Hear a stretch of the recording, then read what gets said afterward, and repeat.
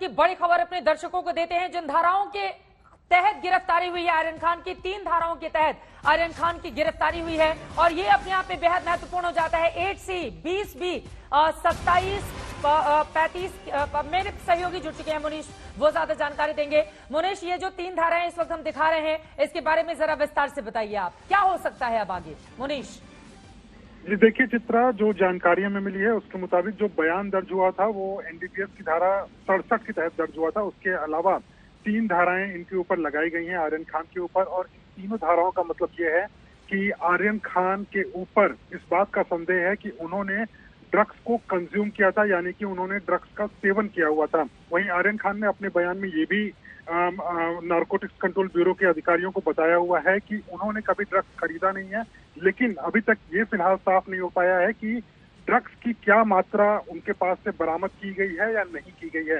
लेकिन जिन धाराओं के तहत गिरफ्तारी हुई है उससे तो ये साफ पता चल रहा है कि कहीं ना कहीं एनडीपीएस जो मुनीश, क्योंकि हम सब जानते हैं आपने लगातार कवरेज की थी, रिया चक्रवर्ती वाले मामले में भी देखा था, हम सब लोग मुंबई में मौजूद थे। ये जो अलग अलग सेक्शन है, जरा इसके बारे में आप बताइए। 8C का क्या मतलब हुआ, ये 20B, इसके बारे में जरा डिटेल से आप बताइए मुनीश।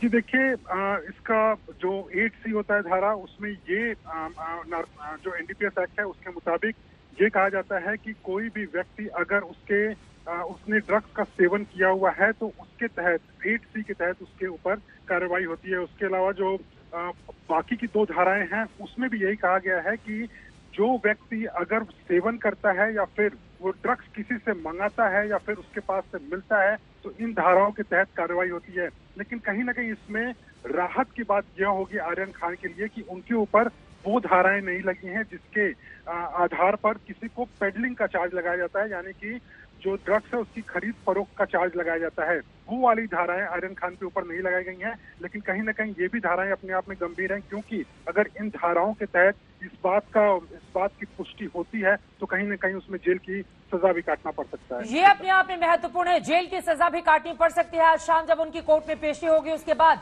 जेल या फिर बेल, ये अपने आप में बड़ा सवाल है। ये तस्वीरें आपके सामने है। मुनीश, एक और जवाब आपसे चाहूंगी। एनसीबी ने जब आर्यन से पूछताछ की तो उनकी ओर से कहा गया कि वो गेस्ट के तौर पर क्रूज पर पहुंचे हुए थे और पार्टी में शामिल होने के लिए उनकी ओर से कोई पैसा नहीं दिया गया था। उन्होंने ये तक दावा किया कि ऑर्गेनाइजर ने उनके नाम का इस्तेमाल करके पार्टी में लोगों को बुलाया था। इसका क्या मतलब है? खुद को बचाने की पूरी कोशिश भी यहां पर आर्यन खान की ओर से की गई। जी देखिए, जो बयान दर्ज किया गया था धारा 67 एनडीपीएस एक्ट के तहत, उसमें आर्यन खान ने शुरुआत में बताया कि मैं इस पार्टी में कभी जाना नहीं चाहता था, मुझे तो सामने से इनविटेशन आया था, उसके बाद में गया हुआ था। लेकिन चित्रा, यहाँ पर सबसे जो चौंकाने वाली बात यह थी कि जब जो नारकोटिक्स कंट्रोल ब्यूरो के अधिकारी हैं उन्होंने जब छापेमारी की तो वहां पर इन्हें जो जानकारियां मिली उसके मुताबिक रंगे हाथ पकड़ा गया था। उनके पास से 90 ग्राम से ज्यादा ड्रग्स बरामद की गई थी और उसी के आधार पर सभी 8 लोगों को उसी वक्त डिटेन कर लिया गया था। फिलहाल के लिए 3 लोगों को गिरफ्तार किया गया, जिसमें भी आर्यन खान है। नहीं, एक बार फिर से मुनीश बताइए, जो 90 ग्राम ड्रग्स की आप बात कर रहे हैं, आप किनके पास से बरामदगी हुई थी ये 90 ग्राम ड्रग्स की? जी देखिए, इसमें से जो अभी जानकारी है उसके मुताबिक आर्यन खान के पास से कोई ड्रग्स बरामद नहीं की गई है, लेकिन आर्यन खान के पहचान के 1-2 शख्स हैं जिनके पास से वो ड्रग्स बरामद की गई है।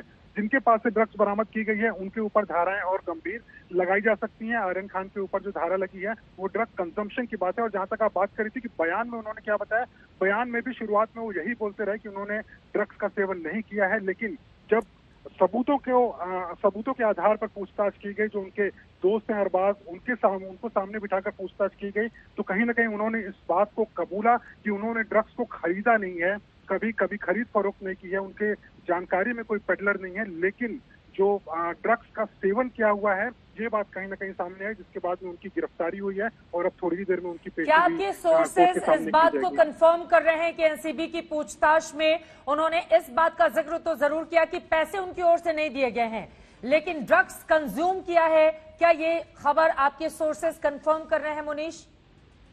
जी देखिए, आधिकारिक रूप से तो अभी इस बारे में कोई कंफर्मेशन मेरे पास में नहीं है, लेकिन उन्होंने अपने बयान में ये बात जरूर कही है जिसका कंफर्मेशन मेरे पास है कि उन्होंने यह कहा अपने बयान में कि कभी ड्रग्स की खरीद फरोख्त उन्होंने नहीं की है। फिलहाल के लिए उन्होंने ड्रग्स की सेवन की बात को नारकोटिक्स कंट्रोल ब्यूरो के अधिकारियों के सामने माना है या नहीं माना है, इसके लिए थोड़ा इंतजार करना पड़ेगा। चलिए, थोड़ा इंतजार करना पड़ेगा। 3 धाराओं के तहत आरोपियों की गिरफ्तारी हुई है। मुनीष पांडे हमारे सहयोगी जानकारी देते हुए। मुनीष, दोबारा आपके पास मैं फौरन आती हूं, तब तक आप और जानकारी इकट्ठा कीजिए। आपको बता दें, 3 धाराएं ये बेहद महत्वपूर्ण हो जाती हैं। 3 धाराओं के तहत आर्यन खान, जो कि शाहरुख खान के बेटे हैं, 23 साल ही उनकी उम्र है, अभी बॉलीवुड में उनका करियर शुरू भी नहीं हुआ कि इस तरह की खबरें सामने आने लगी। यकीनन पूरे परिवार के लिए कितना मुश्किल भरा वक्त है, इस बात को समझा जा सकता है। लेकिन आर्यन खान ने क्या ड्रग्स लेने की बात कबूल कर ली है? पुख्ता तौर पर अभी एनसीबी के अधिकारी ज्यादा जानकारी तो नहीं देना चाहते, लेकिन उनकी ओर से यह जरूर कहा गया है कि हमारे पास सबूत हैं, इसी वजह से उनकी गिरफ्तारी हुई है।